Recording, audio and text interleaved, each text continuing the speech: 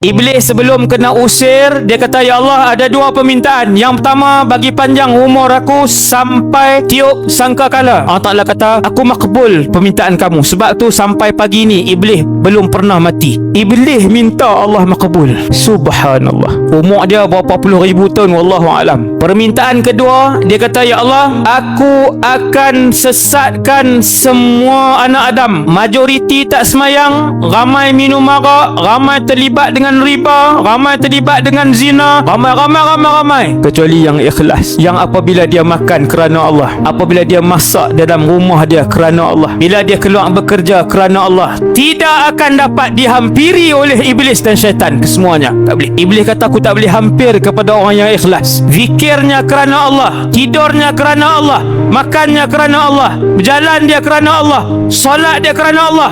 Iblis kata, "Aku tak boleh rapat. Yang lain semua aku akan rosakkan."